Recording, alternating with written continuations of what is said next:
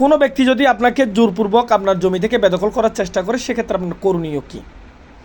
খুবই গুরুত্বপূর্ণ বিষয়।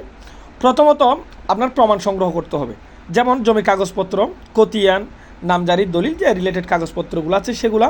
এছাড়াও যদি কেউ দখলের চেষ্টা করে সেই ঘটনার ছবি বা ভিডিও প্রমাণ রাখুন।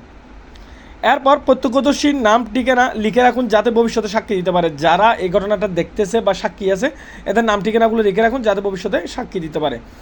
স্থানীয় থানায় আপনি সাধারণ ডায়েরি বা জিডি করুন। দখলের চেষ্টা বা হুমকির বিষয়ে নিকটস্থ থানায় আপনি জিডি করতে পারেন। জিডিতে বিস্তারিত ঘটনা উল্লেখ করুন, যে দখলের চেষ্টা করেছে, কখন এবং কিভাবে দখলের চেষ্টা করেছে এই বিষয়ে। আইনজীবীর সঙ্গে যোগাযোগ করুন। জমি রক্ষা ও দখল ঠেকাতে আদালতে স্থায়ী নিষেধাজ্ঞার জন্য মামলা করুন।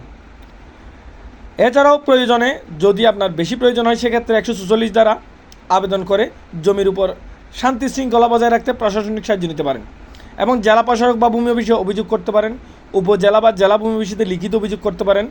এসিল্যান্ড অফিসে বা সহকারী কমিশনার ভূমি মহোদয় ইউনুর কাছে অভিযোগ করতে পারেন। প্রয়োজনে কোর্টে ফৌজদারি মামলা করুন। যদি জোরপূর্বক প্রবেশ, ভাঙচুর বা হুমকি দিয়ে থাকে, তাহলে অপরাধমূলক ক্রিমিনাল কেস